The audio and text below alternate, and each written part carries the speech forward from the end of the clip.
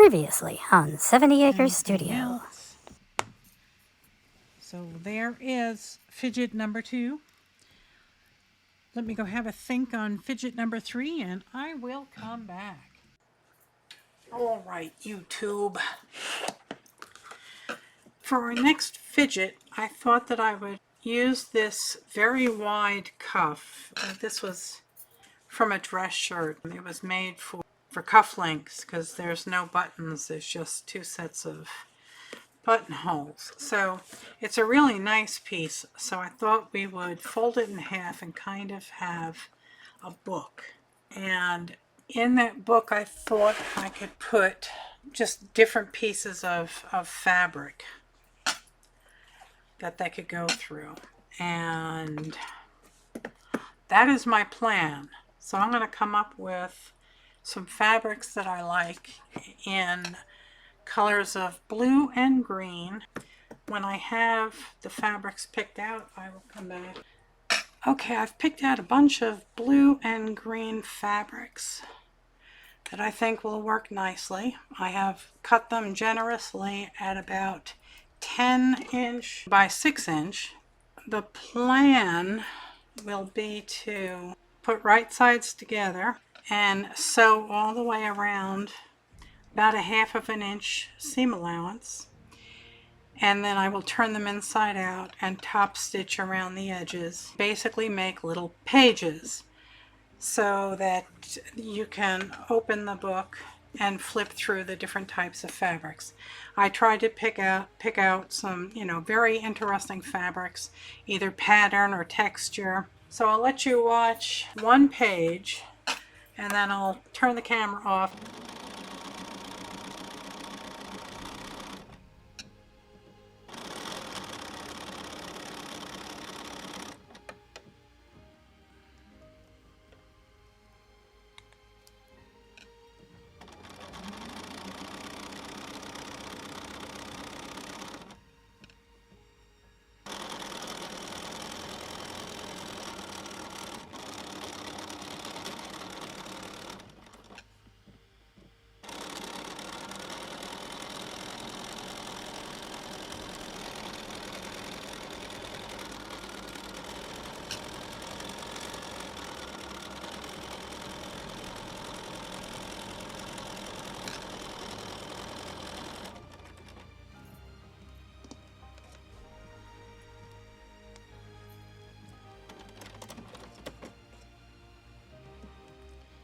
Yes, it's going to be saggy because one of these fabrics is much more stretchy than the other, but that is perfectly okay by me. I think it'll add interest. I could have put interfacing in between all the pages, but I didn't want it to be really thick, and I wanted feel of the fabric to remain. I didn't want it to be masked. And sometimes if you put an interfacing in something really soft and cushy like the velvet or some of the silks or something, they will lose their magic.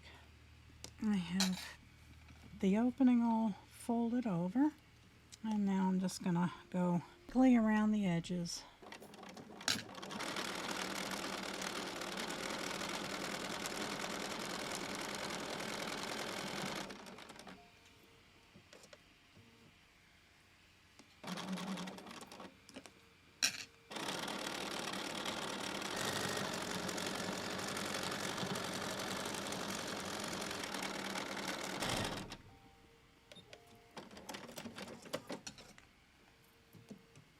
Okie doke, there is page 1.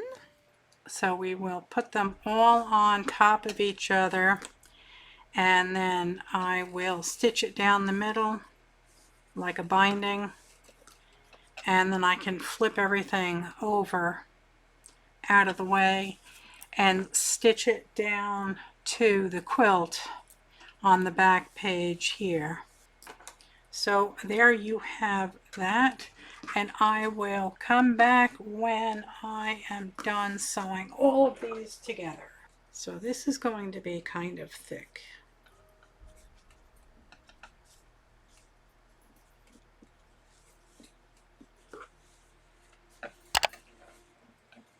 Oh, but I like it. Oh, this is nice.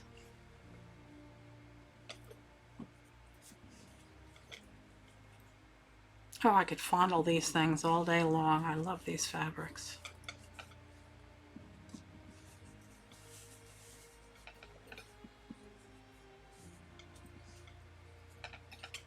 There we go. Okay, let's try and get everything lined up.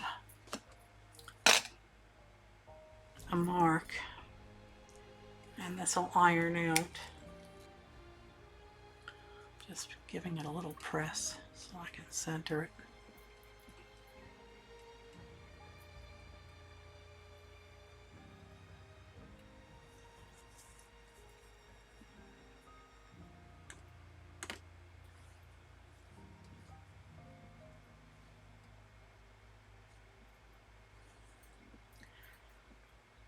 There we go.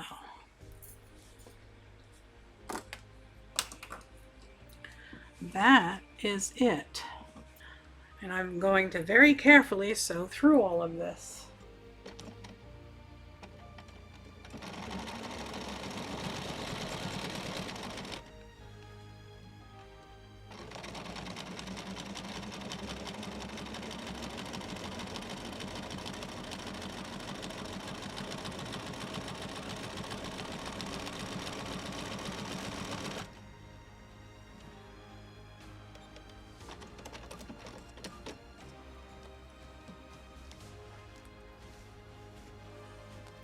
Well, looky there.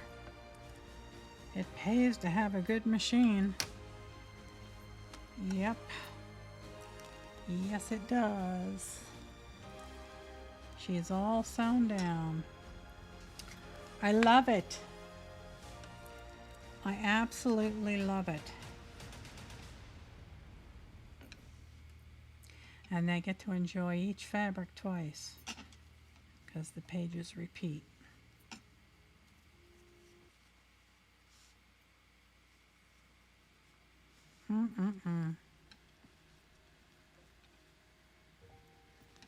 I do love it. Yes, I do. I have to sew this down to the quilt. So let me go get that and I'll come back. Okay, I have it pinned where I want to put the book, and I sewed on 2 buttons. They are antique iridescent glass buttons, and I took a patch of fabric and I took the excess amount of pearl cotton and I coiled it up on the back and I put a patch on it and I sewed back and forth, back and forth, back and forth, so those aren't going anywhere. And it gives you enough wiggle room so that you can pop the buttons through and they'll hold your book closed. Okay, it's all sewn on. It's not going anywhere. So we can open up our little book of treasures and we can look at them and play with them. Each fabric feels different. It's just so lovely. It gives you something to look at.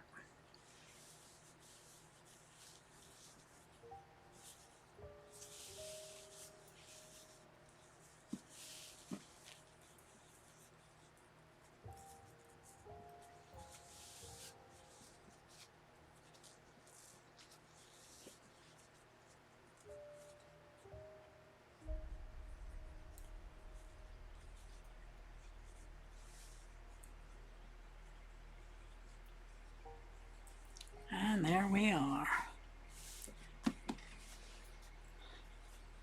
Okay, YouTube, I will come back as soon as I have the next element figured out and we'll get started on it.